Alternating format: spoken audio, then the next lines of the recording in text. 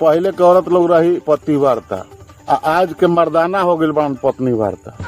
पतिवार्ता पहले ऐसे रहे लोग कि उनका मर्द के नाम पूछे बताते ना रहे लोग, ऐसे कि हमारे मर्द के उम्र घट गई।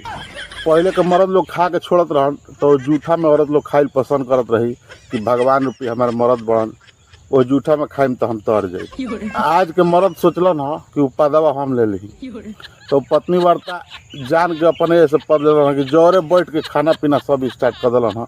रात के सूते जाता रही सर, सुन रहे हैं जी, हमको रात में नींद खुलता है तो प्यास लगता है, लोटा में पानी जरूर रख दीजिएगा। होटल उटल में कहीं जाता लोग खाए तो मर्द जान के अपन एगो समोसा लेता हन और अतिया के दूगो दिवावता हन।